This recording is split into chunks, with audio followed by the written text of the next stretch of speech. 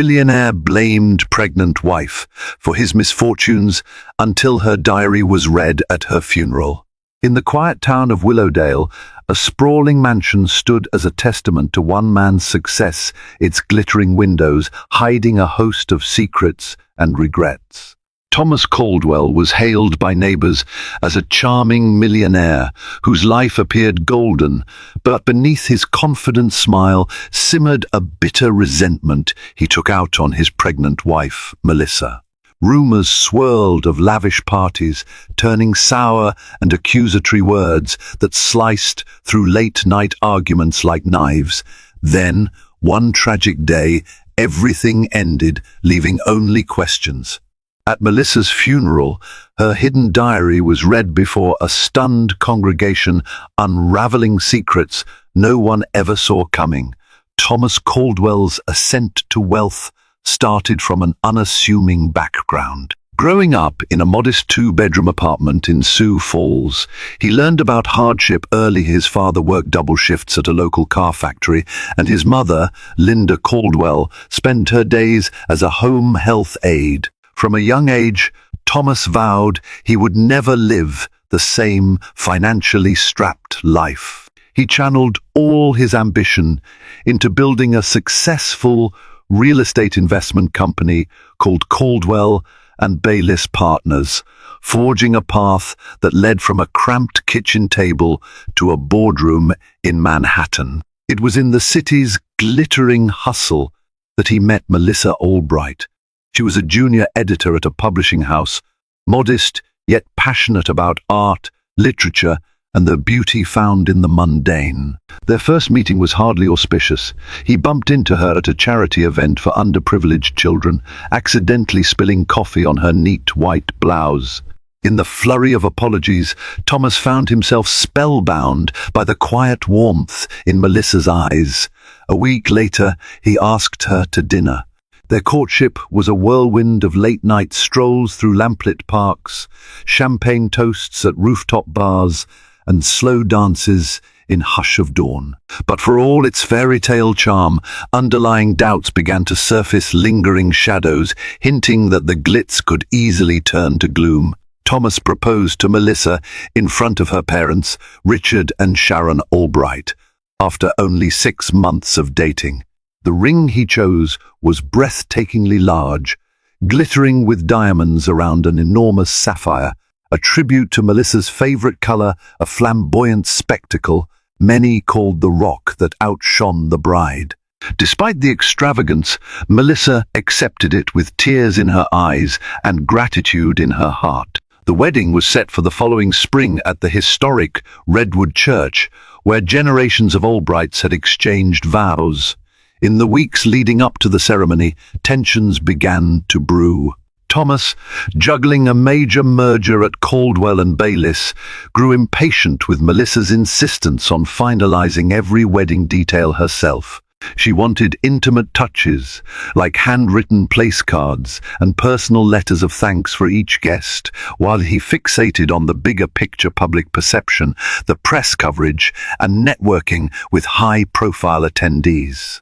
Disagreements sparked like static.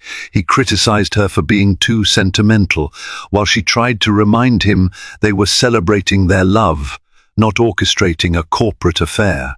On the morning of the wedding, the Redwood Church glowed with the promise of a happy future. White roses lined the aisle, and sunlight filtered through stained glass windows, yet a disquieting tension lurked behind Thomas's forced smile. It was the first hint of trouble in paradise. With Melissa's blessing, Thomas acquired a 10,000-square-foot estate on Willowbrook Lane as their marital home, a place that would embody the success he had so tirelessly pursued. Spectacular gardens sprawled around the mansion, complete with marble statues, a koi pond, and a meticulously trimmed labyrinth. Antique chandeliers sparkled in the foyer, and the walls were adorned with ornate tapestries Melissa selected, hoping to infuse warmth into the vastness of the space. Despite its grandeur, the mansion rarely felt like a home. Thomas was often away on business trips, negotiating new property deals in Tokyo or sealing million-dollar contracts in Dubai. When he was home, his mind remained tethered to work, checking emails during dinner, frowning at the phone screen during weekend brunch. Meanwhile, Melissa discovered she was pregnant just 5 months after their wedding, a revelation that initially brought excitement, but soon introduced a new dimension of tension. Friends noticed how her smiles became rarer, her eyes distant. Rumors circulated that Thomas wasn't exactly thrilled by the pregnancy, concerned that a child might slow him down or distract from his business ventures. Melissa tried her best to maintain a harmonious environment, learning about cooking recipes that matched Thomas's tastes, redecorating rooms to suit his preferences, yet the massive corridors echoed with an unsettling loneliness. When Melissa was 3 months pregnant, Thomas faced a major setback for the first time in his career. A risky overseas real estate investment failed to yield returns. Overnight, he lost nearly a quarter of his company's capital. Anxiety turned into anger, fueling arguments that seemed to spark from the smallest things, a forgotten invoice or an offhand comment during lunch. In those heated moments, he vented his frustration at Melissa, sometimes in subtle jabs, other times in outright accusations. "You've been nothing but a distraction," he snapped one night when she tried to talk about the baby's room. His eyes were bloodshot from lack of sleep, his voice echoing in the high-ceilinged hallway. She stood in stunned silence, tears forming in her eyes. It was as though the unborn child symbolized every worry, and in some twisted way, Thomas began believing Melissa's pregnancy was an omen of bad luck. Melissa's friend, Sarah Whitfield, once overheard Thomas muttering about how he could have closed the deal in Milan if she hadn't insisted he fly back for a checkup. It was a relentless pattern, one disappointment at the office, one misfortune in a transaction, and Thomas inevitably blamed Melissa's growing belly. Meanwhile, the truth simmered quietly in the background, waiting for the day it would erupt.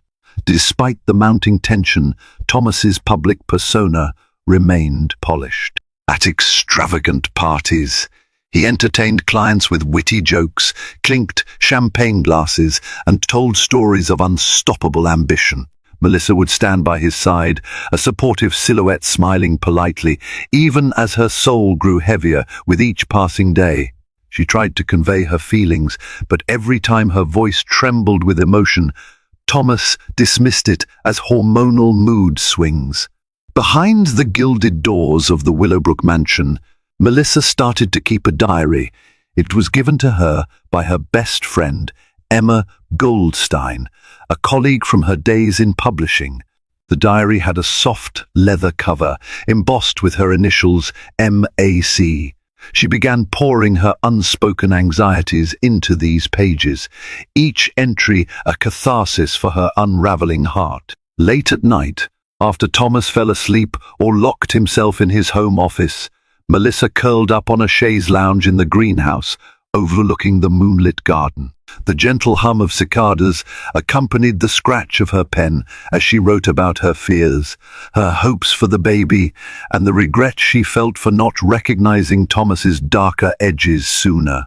Little did she know that these private reflections would one day transform the course of everyone's lives. Thomas's downfall began with a series of unforeseeable circumstances. A key investor pulled out of a multi-million-dollar project in California, citing market instability. Then a shady partner embezzled funds from a property venture in Singapore. As each domino fell, Thomas grew more desperate. He brought in crisis management experts, cut costs, and even laid off loyal employees at Caldwell and Bayliss Partners.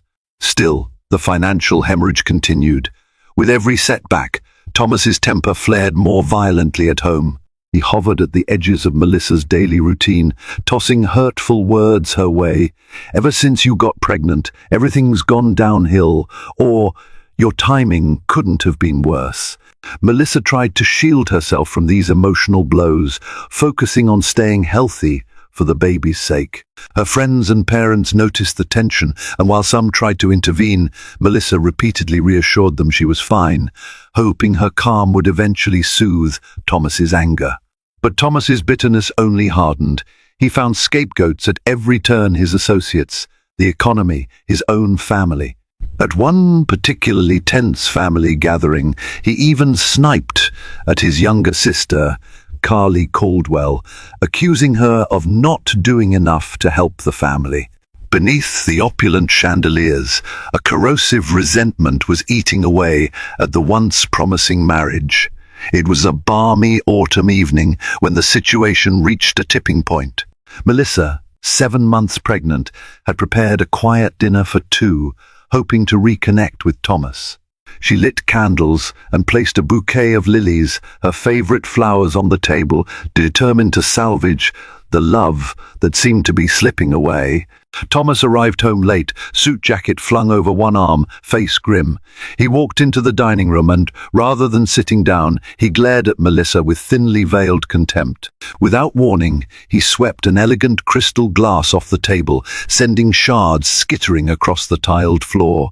Melissa jumped back, her heart pounding. He said nothing at first, only breathing heavily. Then he unleashed a barrage of accusations about how everything had been derailed by her pregnancy, how her fragile health forced him to reconsider travel schedules, how her needs had become exorbitant demands. Tears streaked Melissa's cheeks as she knelt to gather the broken pieces. She trembled with the realization that the man she once adored had become nearly unrecognizable. In the hush of that moment, broken glass underfoot, a silent vow formed in her mind. She would protect her child from such anger, no matter the cost. As Melissa's due date loomed, her solitude grew. Thomas was more absent than ever, physically and emotionally. Sometimes he stayed overnight in the city, claiming he was in back-to-back meetings. Other times he returned home at odd hours, only to lock himself in his study. Melissa, worried about the stress affecting her unborn baby, tried to exude a calm front, going for morning walks around the estate's gardens, reading up on parenting, and continuing to confide her sorrows to the diary. She wrote about her nightmares. In one dream, she was standing in an empty nursery, the walls peeling and a faint cry echoing from somewhere she couldn't reach. In another, she saw Thomas walking away into a hallway of mirrors, reflections of him multiplying yet never looking back at her. Friends like Sarah Whitfield and Emma Goldstein occasionally visited, attempting to uplift Melissa's spirits. They noticed her small attempts to keep the peace, arranging therapy sessions, dropping hints about couples counseling, but Thomas scoffed at such ideas. "Therapy is for people who can't handle reality," he sneered one afternoon, barely looking up from his phone. Unbeknownst to Thomas, the seeds of a deeper, tragic reality had already taken root. Everything was teetering on the brink. The morning started like any other. Melissa woke early with a dull ache in her back. She prepared a cup of herbal tea and sat by the large window where the first rays of sun graced the horizon. Thomas had not come home the previous night, something which no longer surprised her. As the day wore on, the ache became persistent pain. By afternoon, it grew unbearable. She clutched her stomach, realizing labor might have started early. Fighting panic, she called Thomas repeatedly, but got no response. Eventually, she contacted their driver, James Parker, who rushed her to the hospital. Doctors determined she was in preterm labor. The baby's heart rate looked stable at first, but complications soon arose. Melissa cried out for Thomas, her face pale, sweat beading on her brow. The medical staff tried to comfort her, but they couldn't quell her anxiety. By the time Thomas arrived at the hospital, the corridors were frantic. His usual composure shattered as he sprinted through the hallway, demanding updates. Surgeons were already prepping Melissa for an emergency C-section. No one could predict how swiftly events would unfold or the heartbreak that would follow. In a matter of hours, life changed forever. After the emergency C-section, Melissa lay unconscious in the recovery room, her face pale as moonlight.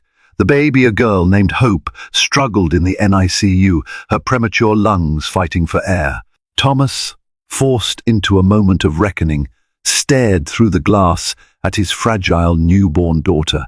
Guilt mingled with grief as he realized he had barely been involved in the pregnancy. In those tense hours, doctors discovered Melissa had a rare complication, seemingly stable before she now teetered between life and death. Her parents, Richard and Sharon Albright, arrived in tears, gripping each other's hands in the waiting room. Thomas felt an immense weight pressing down on him, though pride still kept him from fully acknowledging his mistakes.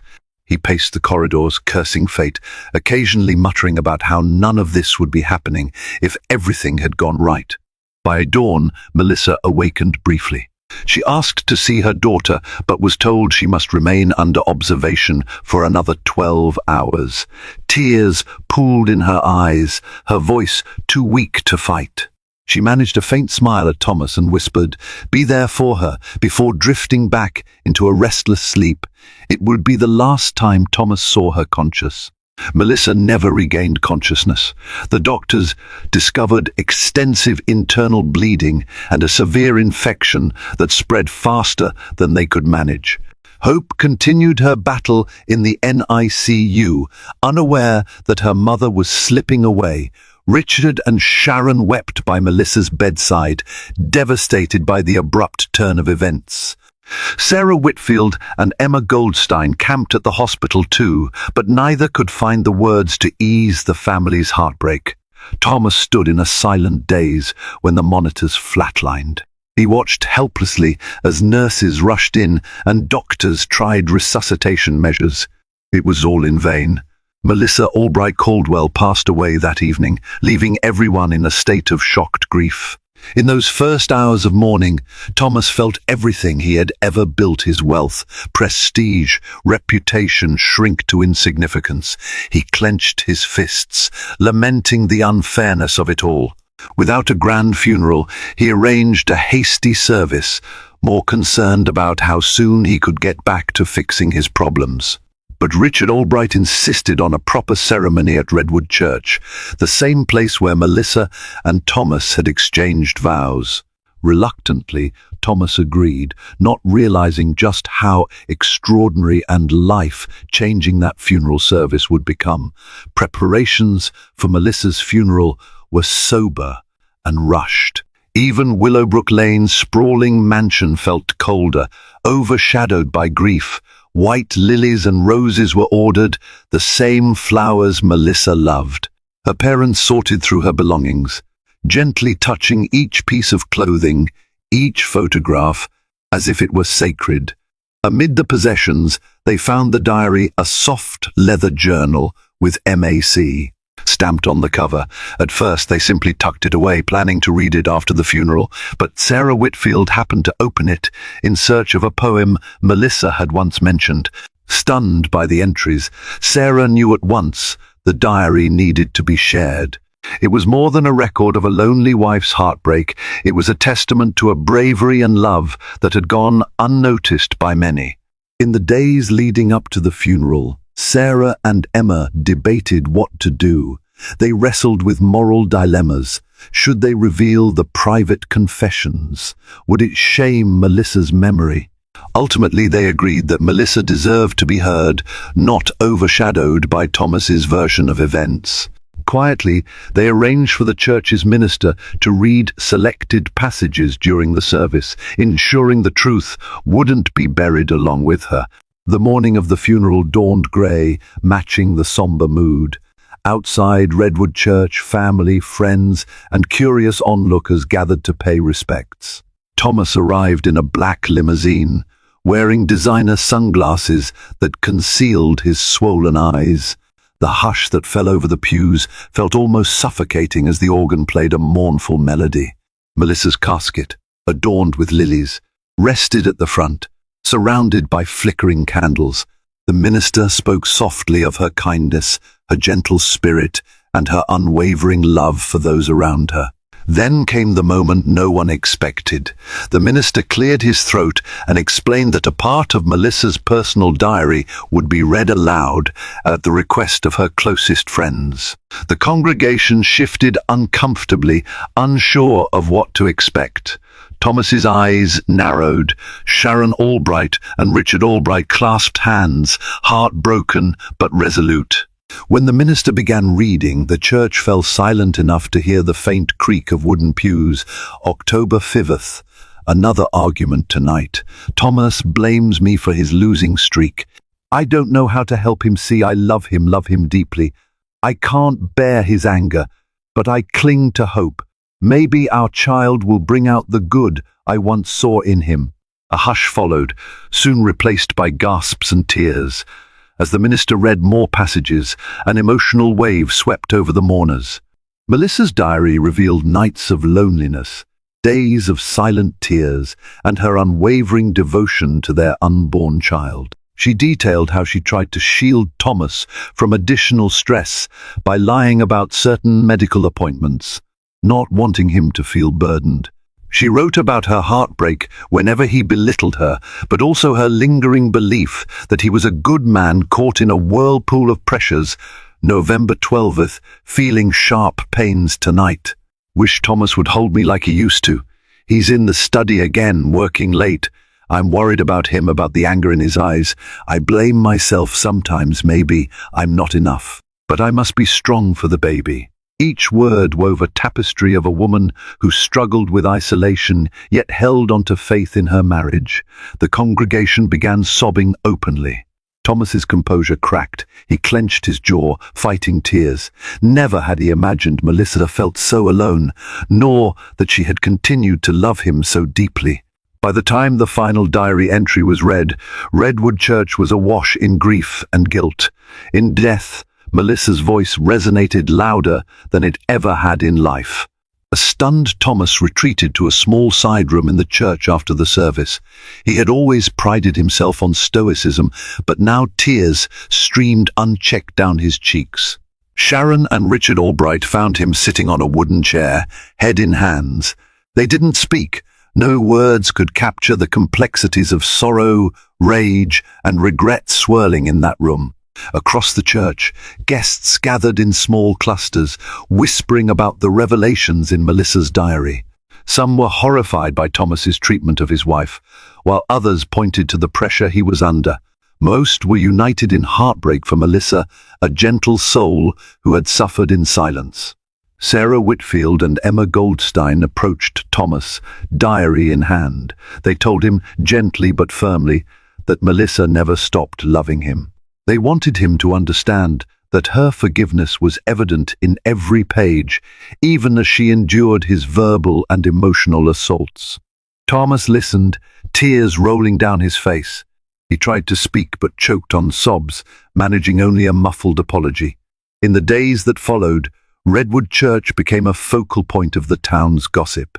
But for Thomas, the funeral's immediate aftermath marked the beginning of his confrontation with what he had done and failed to do. Little hope remained in the hospital's NICU, oblivious to the tragedy that had already defined her life. She clung tenaciously to existence, her tiny chest rising and falling in fragile gasps. Doctors remained cautiously optimistic.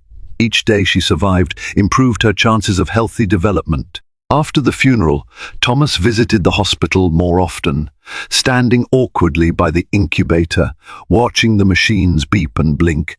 He felt a paternal protectiveness he had never experienced. Yet each time he looked into Hope's eyes, a pang of guilt struck him like a lightning bolt. He remembered how he blamed her very existence for his business failures, how he reduced her mother's final months to a swirl of accusations. Nurses, who had heard rumors of his coldness, were surprised to see him gently place his fingertip against Hope's tiny hand. He started reading the diary in its entirety, trying to grasp Melissa's mindset. The more he read, the more he realized how she had shielded him, how she had hoped their love could endure despite his callous words. For the first time in years, the unstoppable mogul found himself kneeling at the edge of his vulnerability, and so began a slow, painful process of redemption. In the wake of Melissa's passing, legal matters required attention. Thomas discovered that Melissa, having grown increasingly anxious about their relationship, had drafted a will of her own. In it, she made provisions for Hope's future, requesting her parents and close friend Sarah Whitfield serve as guardians if something happened to both parents. The will also hinted that if Thomas could not provide a loving environment, she'd entrusted Hope's upbringing to her grandparents. For Thomas, it was a sobering moment. His wife had considered a scenario in which she or they both might not survive, and she had doubts about his capacity to care for their daughter. This revelation stung, adding to the swirling guilt and heartbreak already clouding his world. During the wake at the Caldwell mansion, tensions rippled through the marble hallways as guests bristled with conflicting emotions: sympathy for the baby, sorrow for Melissa, and confusion about Thomas's role. Many whispered, some pointedly avoided Thomas's gaze, while others approached him with forced smiles. By the end of the evening, Thomas felt more isolated than ever, haunted by the knowledge that Melissa had prepared for a future where she wasn't sure if he'd step up as a father. Thomas's company, Caldwell and Bayliss Partners, descended deeper into turmoil. News of Melissa's death, combined with swirling rumors of his mistreatment, tarnished his reputation in high-profile circles. Investors started pulling out, citing ethical concerns. Real estate deals that once seemed certain fizzled into cautionary standstills. Several key employees resigned, unwilling to remain under a man they now viewed as morally compromised. With each phone call from frantic board members, Thomas felt the walls close in. Over the years, he had built an empire, forging alliances and pumping endless resources into expansion. Now, those alliances disintegrated faster than he could salvage them. He found himself on the brink of bankruptcy, the very fate he once believed he was too shrewd to ever face. Where in the past he might have lashed out at Melissa, now he had no outlet for blame. The diary entries replayed in his mind, underscoring the love she had held for him despite everything. Haunted by her final words, "Be there for her," Thomas struggled to stay afloat emotionally. Perhaps ironically, the meltdown of his fortune paralleled his moral reckoning, forcing him to confront his failings head-on, rather than bury them beneath layers of arrogance and denial. One late evening, Thomas drove to the hospital in a battered SUV, his once chauffeured lifestyle reduced by mounting debts. After scrubbing his hands thoroughly in the NICU's antiseptic sink, he approached Hope's incubator. Her eyes, more alert now, blinked under the soft glow of overhead lights. A nurse informed him she was doing better and might soon be able to breathe without the ventilator. Overwhelmed by relief, Thomas quietly wept. That night he remained by her side, reading aloud from a children's book Melissa had once purchased, "Good night, Fireflies." He stumbled over the whimsical words, tears occasionally choking his voice. But as he spoke, he thought about the promises he wished he could make to Melissa, how he would try to be a better man for their daughter. Thomas began volunteering at the hospital, stocking supplies and assisting staff with simple tasks. The local media caught wind of his hands-on approach, a stark contrast to his former image of a hardened millionaire. For the first time, Thomas realized that love, compassion, and genuine remorse had a power that far outweighed money or prestige.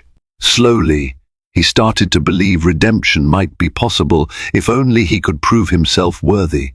In the aftermath of the funeral, Sarah Whitfield and Emma Goldstein found themselves interacting more with Thomas than they ever had during Melissa's life. They visited Hope, bringing small gifts like handmade blankets or children's books, reflecting the nurturing nature of the friends Melissa had chosen. In the NICU's quiet environment, these two women who had once viewed Thomas with suspicion now witnessed the depth of his sorrow and the sincerity of his newfound resolve. Sharon and Richard Albright, still coping with their immense loss, remained cautious. They openly questioned whether Thomas's remorse was genuine or merely a performance. Despite their reservations, They saw changes in him they couldn't ignore. He attended every hospital briefing, listened intently to doctors, and pored over medical information with a dedication they never imagined possible. In a bittersweet twist, the hospital visits and discussions about hope became a bridging point. Sarah, Emma, and even Melissa's parents began sharing stories of Melissa, her childish giggles at pranks, her secret longing to open a children's bookstore, her gentle nature that had once so charmed Thomas. In those recollections, the spirit of Melissa flickered, reminding everyone that she had longed for harmony, for family, for love to triumph over bitterness. Just when Thomas began forging a tentative bond with Melissa's family, legal complications arose. Melissa's will named her parents and Sarah as guardians for hope if Thomas was deemed unfit. News spread that an official inquiry might be launched to determine custody arrangements. Concerned about Thomas's past behavior, Richard and Sharon pushed for a formal investigation. The possibility of losing hope devastated Thomas. He understood why Melissa's family doubted him. His own behavior had justified their fears. Determined to prove his commitment, Thomas sought therapy sessions with a grief counselor. He also attended a fatherhood workshop at the hospital, learning basic infant care from changing diapers to feeding techniques. He invited Sharon and Richard to join him, hoping they would see his genuine efforts. The official hearing loomed, overshadowing the NICU's cautious optimism about hope's progress. Media attention resurged, painting Thomas as a disgraced tycoon caught between redemption and scandal. While the tabloids relished the story, Thomas kept his head down, focusing on what truly mattered. He vowed that if he had to step into a courtroom to fight for his daughter, he would do so not with arrogance, but with sincerity and a drive to honor Melissa's memory. After weeks of guarded prognosis, the day finally arrived. The doctor announced Hope no longer needed the ventilator. Her lungs had matured enough for her to breathe on her own. Thomas's heart pounded as he stood by the incubator, watching nurses gently remove the tubes. The moment her tiny chest rose and fell, unassisted, tears streamed down his face. Sharon and Richard embraced each other, relief flooding their expressions. Sarah and Emma cheered quietly, fighting back sobs. Although small and fragile, Hope was a survivor, embodying the spirit her mother had cherished. The NICU staff offered to let Thomas hold her. With trembling arms, he lifted his daughter for the first time, skin against skin, feeling the warmth of a life he had nearly forfeited through anger and pride. She blinked up at him, a quiet coo escaping her lips. That first embrace was like a benediction, a silent confirmation that even amidst tragedy, love could emerge. Nurses snapped photographs, which would later become cherished mementos. In that fleeting moment, time seemed to slow, allowing Thomas and Hope to forge a connection overshadowed by heartbreak but ignited by the promise of a new beginning. Barely a week after Hope left the ventilator, the custody hearing was scheduled in the local family court. Tension ran high as Thomas, joined by his attorney, faced Sharon and Richard Albright. Despite the emotional circumstances, both sides approached the hearing with caution.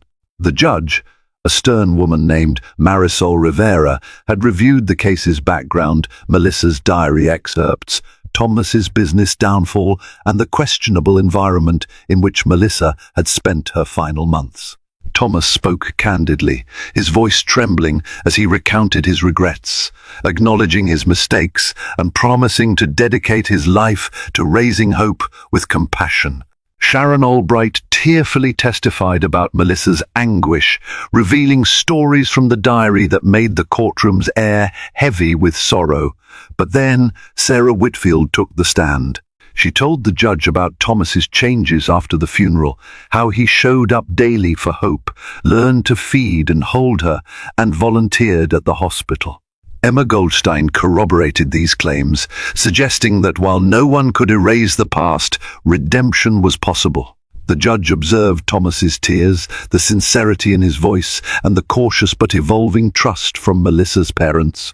After deliberating, she promised a ruling by the end of the week. The judge's decision came swiftly and was something of a compromise. Thomas was granted custody of Hope, contingent upon regular check-ins by a social worker and ongoing collaboration with Melissa's parents. It was a fragile arrangement designed to ensure that neither side gained too much control without proper accountability. Initially, Sharon and Richard felt uneasy. They mourned Melissa daily, her absence a gaping wound. Yet seeing Thomas cradle Hope and whisper lullabies, albeit clumsily, softened their stance. They recalled how fiercely Melissa had believed in love's capacity for change. If Thomas was truly dedicated, perhaps their granddaughter could grow up in a supportive environment. Thomas, for his part, knew this arrangement was a gift he might not fully deserve. He poured himself into fatherhood, balancing nighttime feedings with the legal complexities of a failing company. He sold off his mansions and luxury cars to cover debts, moving into a modest home near the hospital so Hope could receive regular checkups. Little by little, he dismantled the empire that once defined him, prioritizing what truly mattered, his daughter's well-being. In this humble space, father and child began a journey unmarked by grandeur or scorn, but by the quiet, persistent will to heal. Though Melissa's voice was silenced forever, echoes of her spirit permeated Thomas's new life. He discovered an old photo album packed away in a dusty box, filled with pictures of Melissa as a child, her first piano recital, her triumphant grin on a family camping trip, and the day she graduated college. Each snapshot felt like a window into a world he had never fully appreciated. He also found letters she wrote but never sent, stuffed into the back of the diary. Some were addressed to him, brimming with apologies for arguments she didn't cause and pleas for understanding. Others were intended for Hope, describing how excited she was to meet her little girl, how she envisioned reading bedtime stories together. Reading them was a heartbreak that felt endless. Yet, these letters galvanized Thomas to become the father Melissa would have wanted for their daughter. Occasionally late at night, he walked into the nursery where Hope slept and recited the words Melissa wrote. He wanted to connect mother and daughter, even if only spiritually. In these moments, the mansion's coldness, now replaced by a smaller, cozier setting, seemed less daunting. Melissa's essence lingered in every lullaby he sang and every tear he shed. Months passed, and slowly Thomas began to piece his life back together. Hope grew stronger, her tiny fingers grasping at the world with unbridled curiosity. She smiled more often, giggled at silly faces, and recognized her father's voice. Thomas documented each milestone, sending videos and pictures to Sharon and Richard to reassure them that Hope was thriving. Meanwhile, Caldwell and Bayliss Partners was dissolved, the remains acquired by a larger conglomerate. Rather than try to cling to his once mighty empire, Thomas let it go, focusing instead on philanthropic efforts. He set up a charitable fund in Melissa's name, dedicating resources to help single mothers in precarious situations, women who lacked the supportive network or financial stability Melissa had once possessed. Sarah and Emma joined him in administering the fund, ensuring it aligned with Melissa's values, empathy, gentleness, and hope for the vulnerable. This shift surprised many who had known Thomas as an ambitious real estate mogul. Some accused him of publicity stunts, but those who saw him in soup kitchens, battered women's shelters, and hospital wards recognized genuine transformation. Slowly, the man who once epitomized arrogance now represented a tale of caution and the possibility that even the proud can be humbled by love and loss. One crisp winter morning, Thomas placed Hope, bundled in a pink sweater, into a stroller and headed to Redwood Church. The building looked different from the day of the funeral, draped in warm lights for the holiday season. He had arranged a small memorial for Melissa, inviting close friends, family, and church members who had guided them through hardship. They lit candles in Melissa's name, sang her favorite hymn, and shared stories that sparked both laughter and tears. Richard spoke about the day Melissa learned to ride a bike. Sharon recounted her gentle nature with animals. Sarah read an excerpt from the diary, one detailing Melissa's dream of building a loving home for her child. Emma placed a single lily by the altar, recalling Melissa's wedding day. As Thomas held Hope, watching the flickering candlelight dance on the church's stained glass windows, he felt a strange sense of peace. Though sorrow lingered, he also sensed Melissa's presence, her unwavering compassion guiding him forward. He realized Redwood Church was not just a site of heartbreak, but also a beacon of healing. In the hush of that moment, with snow drifting softly outside, Thomas acknowledged his complicated past and prayed for a future shaped by humility, gratitude, and unconditional love. Despite Thomas's transformation, not everyone was ready to absolve him. Certain family members, particularly Melissa's distant cousins, openly questioned why the Albrights allowed him to keep custody. Some local tabloids dredged up old controversies, painting Thomas as a manipulator capable of faking remorse to maintain control of his heir.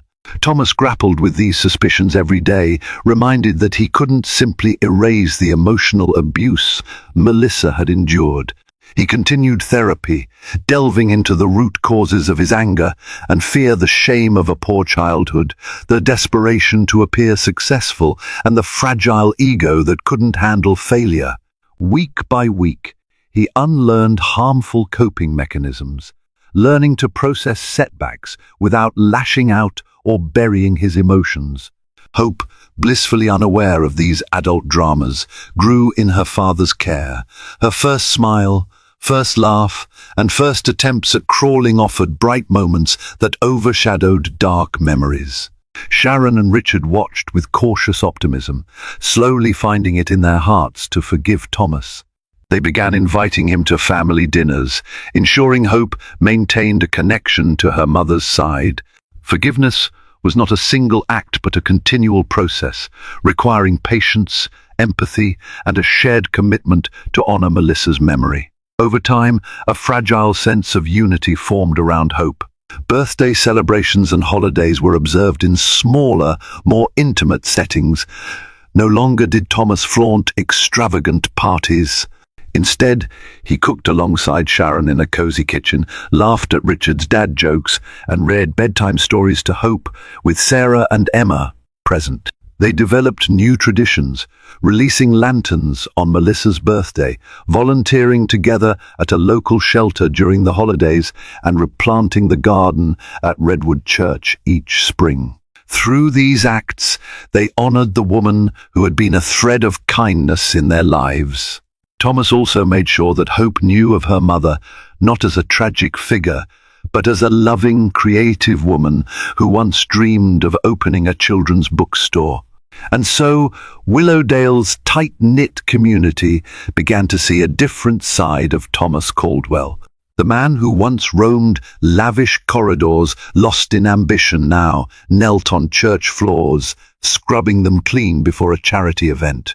The father who nearly abandoned his responsibilities found joy in every tiny milestone, like the first time Hope called him Dada.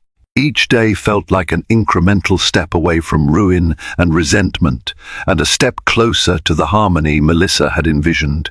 As part of his healing, Thomas decided it was time to confront some unresolved pieces of his past. He visited the former Caldwell and Bayliss headquarters, now owned by another company.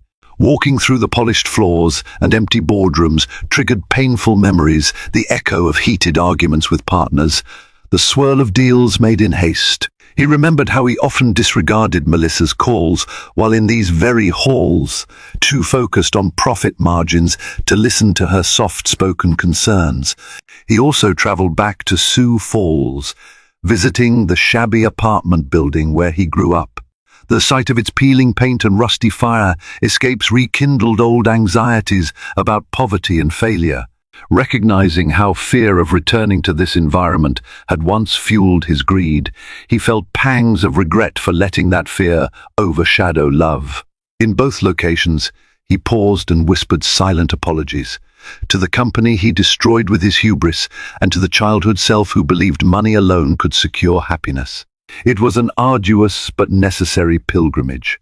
When he returned home to Hope, he felt lighter, still wounded, but with a sense of closure that came from finally acknowledging the ghosts that haunted him. Several months later, Thomas mustered the courage to read Melissa's diary from beginning to end. Each page was a testament of resilience and longing. He wept at stories he had missed in the chaos. Melissa's excitement upon hearing the baby's heartbeat for the first time, her relief when a blood test came back normal, and her proud note about Thomas's early successes before the fights escalated.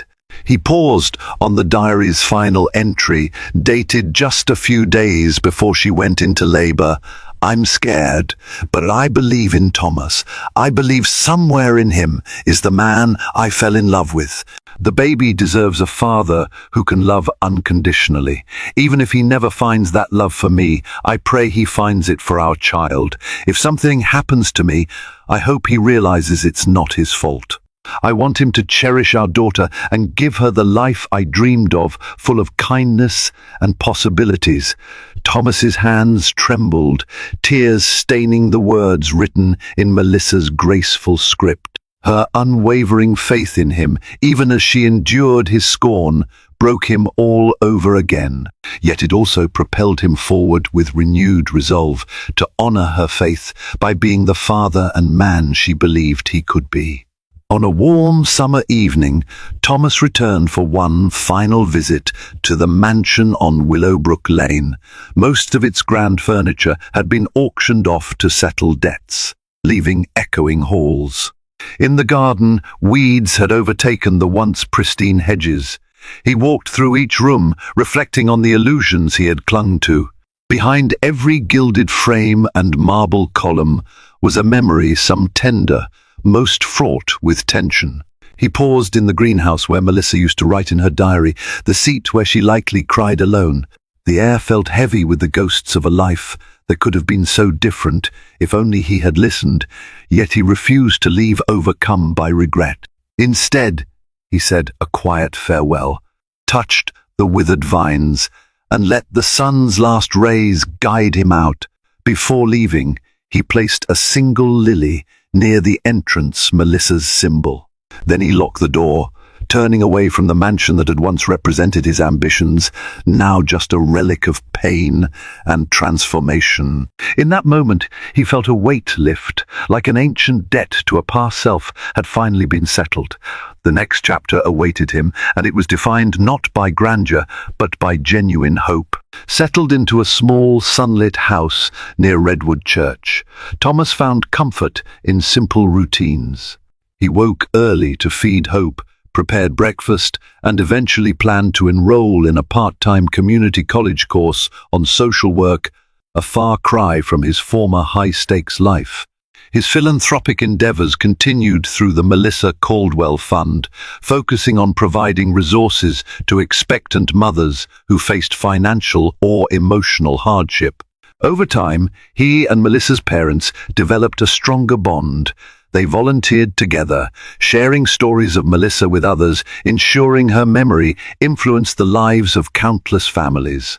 Sarah Whitfield and Emma Goldstein remained close friends, becoming honorary aunts to Hope, who grew from a fragile NICU baby into a vibrant toddler with a bright smile reminiscent of her mother's. Occasionally, the sting of regret still flared. Milestones like Hope's first birthday or the day she spoke her first word reminded Thomas of all that Melissa had missed. In these moments, he clutched the diary, seeking solace in her words. He vowed never to forget the lessons learned from her suffering. Through devotion, humility, and service to others, he found a way to keep Melissa alive in spirit, a guiding star, illuminating a path once lost in darkness. Years slipped by, and with them the raw edges of grief softened into a poignant ache. Hope blossomed into a curious child, always asking questions about the mother she would never meet. Thomas showed her photographs and read her excerpts from Melissa's diary, carefully omitting the heartbreaking portions. He wanted her to know, above all else, that her mother was a beacon of gentleness and creativity. By the time Hope started school, Redwood Church's congregation had erected a small plaque in Melissa's honor, in loving memory of Melissa Albright. Caldwell, her compassion continues to light our way. Community members donated children's books to a small library corner inside the church, a dream that mirrored Melissa's own. When Hope, guided by Thomas, turned the pages of those books, she connected with the mother who once cradled her within. Thomas, once a millionaire shackled by pride and resentment, rediscovered life's true riches in fatherhood and service. He carried Melissa's diary in his briefcase, occasionally reading a passage to remind himself how fragile love can be when neglected. Though he bore the weight of regret, he also basked in gratitude for a second chance, and in the hush of each sunset, he offered a silent prayer that Melissa's soul felt the peace she deserved. Thank you for watching and sharing in this profound journey of love, regret, and redemption. If Melissa's story touched your heart, remember that we each hold the power to create change in our lives. Take a moment to reflect on the ones you cherish. Don't wait for tragedy to remind you of their value. If you found meaning here, please hit the like button, share this video, and subscribe to our channel for more stories that illuminate the hidden facets of the human experience. By doing so, you help us spread messages of hope and empathy to others who may need them. Let's continue honoring Melissa's memory by embracing compassion and kindness in our own relationships. Together, we can keep these lessons alive, making sure her diary isn't just a cautionary tale, but a guiding light for us all.